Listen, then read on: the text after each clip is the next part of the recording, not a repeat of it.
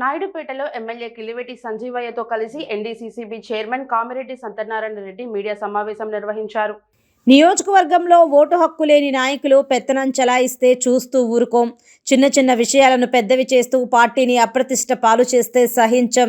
నియోజకవర్గంలో జరుగుతున్న పరిణామాలను అధిష్టానం దృష్టికి తీసుకెళ్లాం. తొందరలోనే బాధ్యులపై పార్టీ బాధ్యత రాహిత్య చర్యలు ఉంటాయని, వైఎస్ఆర్సీపీ పార్టీకి నష్టం చేసే పనులు ఎవరూ చేయొద్దంటూ హితవు పలికారు. ఎమ్మెల్యే ప్రతికూల వర్గంపై అట్రాసిటీ కేసు ఇచ్చినట్లు విశ్వసనీయ సమాచారం. స్థానిక శాసనసభ్యులు సంజయ్ గారికి నాయకులందరూ కూడా నమస్కరిస్తూ, మా పెద్దలు విజయారెడ్డి గారు ఆదేశాల మేరకు మేము పత్రికలకు ఎక్కకూడదు. ఆయన చెప్పిన ఆదేశం పత్రికలకు ఎక్కకూడదు, కాంట్రవర్సీలో పోకూడదు, ఎక్కడ కూడా పార్టీలో విభేదాలకు తావీయకుండా ఉండాలని ఆయన సూచించడం. మొన్నే VPRలో కూడా ఆయన మీటింగ్ పెట్టి అందరినీ కూడా 8 గంటల సేపు మాట్లాడి సీనియర్ నాయకులందరినీ కూడా కలుసుకొని పనిచేయండి మీరు అని వాళ్ళందరికీ కూడా చెప్పడం జరిగింది. ఆ తర్వాత కూడా జరిగిన పరిణామాలు మీకు అందరికీ తెలుసు, మీరు చూస్తున్నారు. ఈత ఎవరు దాటారా ఎవరు దాటలేదు అనేది మీరు అందరూ కూడా గమనిస్తున్నారు. ఆ వీడియోలన్నీ మీ దగ్గర క్లిప్పింగ్స్లో ఉన్నాయి. ముఖ్యంగా వ్యతిరేక వర్గం అంటూ ప్రచారం చేస్తూ ఒక తోటలో మీటింగ్ పెట్టుకొని ఒక పక్క విజయసాయిరెడ్డి గారు చెప్పాడు, మాకు పెద్దలు ఆయన VPR కళ్యాణ మండపంలో ప్రతి నాయకుడికి చెప్పాడు, గంటల తరబడి 8 గంటల సేపు చెప్పాడు. ఆ కోర్టు దగ్గరించి మీటింగ్ పెట్టి ఏం మాట్లాడారో, ఎవరెవరు ఎట్లా మాట్లాడారో ఆ క్లిప్లింగ్స్ అన్నీ కూడా మీ దగ్గర ఉన్నాయి. వీటన్నిటికి కూడా తొందరలో విజయసాయిరెడ్డి గారు వస్తాడు, దాని సమాధానం ఆయన చూసుకుంటాడు, పార్టీ చూసుకుంటాడు. మేము మీటింగ్ పెట్టాం కళ్యాణ మండపంలో జగన్మోహన్ రెడ్డి గారి అనుమతితో. ఎయిర్పోర్ట్లో MP మా జిల్లా అధ్యక్షుడు రామ్ కుమార్ గారి సమక్షంలోనే CM గారిని అడగడం జరిగింది. అన్నా మీ గైడ్ లైన్స్ ప్రకారం మీటింగ్ పెట్టుకుంటున్నాము, ఇప్పటి వరకు సంజయ్ గారు తిరిగారు 2 ఏళ్ళకి, రెస్పాన్స్ కొంత మంది సహనంతో ఉన్నారు, కొంతమంది అసహనంతో ఉన్నారు, అంటే నేను చూసుకుంటాను, మీరు ప్రొసీడ్ అవ్వండి అని చెప్పి ఆల్ ది బెస్ట్ చెప్పి ఆయన ఫ్లైట్ ఎక్కాడు. మేము మీటింగ్ పెట్టాం, ఎవరిని విమర్శించలే, అందరినీ కలుపుకొని పోతామని చెప్పాం. మా ఎమ్మెల్యే గారు చెప్పారు, అందరినీ కలుపుకొని పొమ్మన్నాడు CM గారు. మేము కలుపుకొని పోతాం, 4 అడుగులు తగ్గైనా అందరినీ కలుపుకోదని సిద్ధం అని చెప్పి మా ఎమ్మెల్యే గారు చెప్పారు. అదే వాళ్ళు తోటలో మీటింగ్ పెట్టారు.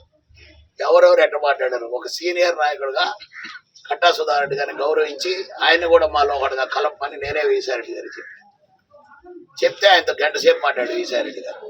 మళ్ళా ఆ వ్యక్తి ఏం మాట్లాడాడో మీ దగ్గర క్లిప్లింగ్స్ మొత్తం ఉన్నాయి. ఎంత దారుణం అంటే, ఆయన దొంగల రాజ్యం, దోపిడీ రాజ్యం, ప్యాకేజీ రాజ్యం, పిలకాయల రాజ్యం, పంచిల రాజ్యం ఈ మాట్లాడతాడు.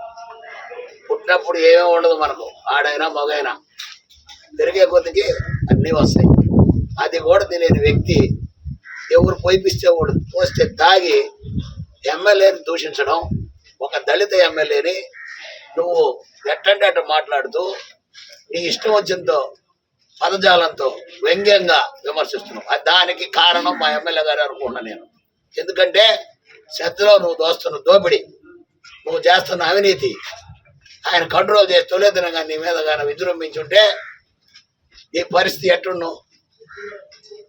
ఈరోజు నువ్వు 2019 తర్వాత శ్రద్ధలో ఎంత సంపాదించుకున్నావు, ఎంత ఇసుక అమ్ముకున్నావు, ఎంత బట్టి అమ్ముకున్నావు, ఎంత గ్రావెల్ అమ్ముకున్నావు, ఎమ్మెల్యే గారికి ఏమన్నా భాగం ఇచ్చావా, ఏ నాయకుడన్నా ఛాన్స్ ఇచ్చావా, ఎన్ని ఉద్యోగాలు అమ్ముకున్నావు.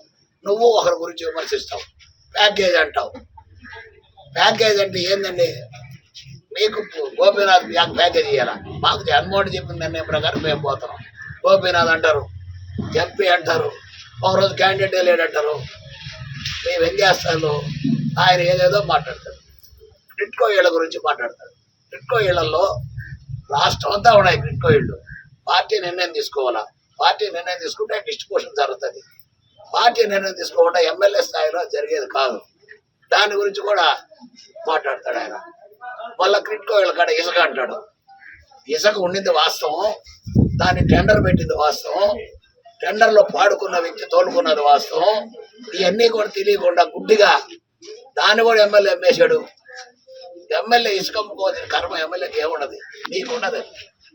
ఇసుక అమ్ముంటే సాక్ష్యాధారాలతో ఎలా పెట్టే డేట్ ఉంది, టెండర్ ఉంది, ఆ ఫైల్స్ ఉన్నాయి. ఇవన్నీ కూడా రేపు విజయారెడ్డి గారి దగ్గర పెడుతున్నాం.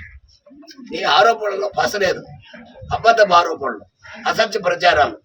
ప్రతి ఒక్కడు పందులు అమ్ముకునేవాడు, బియ్యం అమ్ముకునేవాడు, మున్సిపాలిటీలో పాన్ పరాకులు అమ్ముకునేవాడు, గుట్కాలు అమ్మేవాడు, వాళ్ళ వ్యాపారాలు వద్దంటే ఎమ్మెల్యే పనికి మాలోడు మాకు సపోర్ట్ చేయాల. లేదు సత్యనారాయణ ఏమైనా అమ్ముతుడా, నేనేమన్నా ప్యాకేజ్, నాకు జగన్మోహన్ రెడ్డి గారు చెప్పింది నేను చేశా. వ్యక్తిగతంగా మనిషిని దూషిస్తే మమ్మల్ని మా అభిమానులు ఎవరు ఉంటే రద్దు చేశారు. దానికి పెద్ద స్టోరీ. ఒక ఆయన నాయుడుపేట, ఒక ఆయన లేడు ఉన్నారు, కులాన్ని అడ్డం పెట్టుకుంటాడు ఆయన. కులంలో మాకు ఉన్నారండి అన్ని కులాలు. జగన్మోహన్ రెడ్డి గారు చెప్పినట్టు మాకు అన్ని కులాలు కావాలా?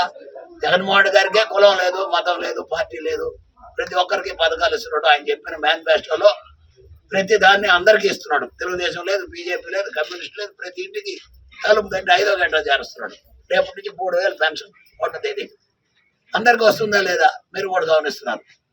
మా బాధ్యత ఏంది? సీఎం గారు చెప్పింది మేము చేయడం. అంతకుముందు మేము మాట్లాడిన సుధారెడ్డి ఇంటికి పోయి ఉండొచ్చు, సుధారెడ్డి మా ఇంటికి వచ్చి ఉండొచ్చు, ఇంకొకరు వచ్చి ఉండొచ్చు, నూరు పడి ఉండొచ్చు. ముఖ్యమంత్రి గారు పిలిచి విజయవాడకి మీరేట చేయండి అంటే మేము ఆ దారిలో పోకుండా రామ్మోహన్ రెడ్డి తోటలోనో లేదు జాగ్రత్త రెడ్డి తోటలోనో ఇంకోరి తోటలోనో పోయి వ్యంగ్యాస్త్రాలు సంధిస్తే దాని మీద పార్టీ క్రమశిక్షణ తీసుకుంటుంది. పిల్లకాయలు ఏం మాట్లాడారు? బియ్యం వ్యాపారం చేసేవాడు కూడా మనిషి అండి. స్మగ్లింగ్ పేదలకు ఇచ్చే బియ్యం అమ్ముకోవాలా? అంత దుర్గతి పట్టి ఉండదు ఆ పార్టీకి. వాళ్ళు పోయి అవినీతి గురించి మాట్లాడతారు, ఎమ్మెల్యే గురించి మాట్లాడతారు. బియ్యం ఏందండి? రూపాయి బియ్యం తీసుకునేది అమ్మేది, పందులు అమ్మేసేది ఏందండి మున్సిపాలిటీలో? గుట్కాలు, పాన్ పరాకులు, ఆడవాళ్ళు ఉన్నారు. ఇంకొకటి కూడా ఉంది, ఇంకా ముఖ్యమైనది, ఘోరమైన పరిస్థితి. దాన్ని ఎన్ని వద్దంటే ఎమ్మెల్యే వద్దు, రేపు వచ్చాయని ఎన్ని సహిస్తాడు.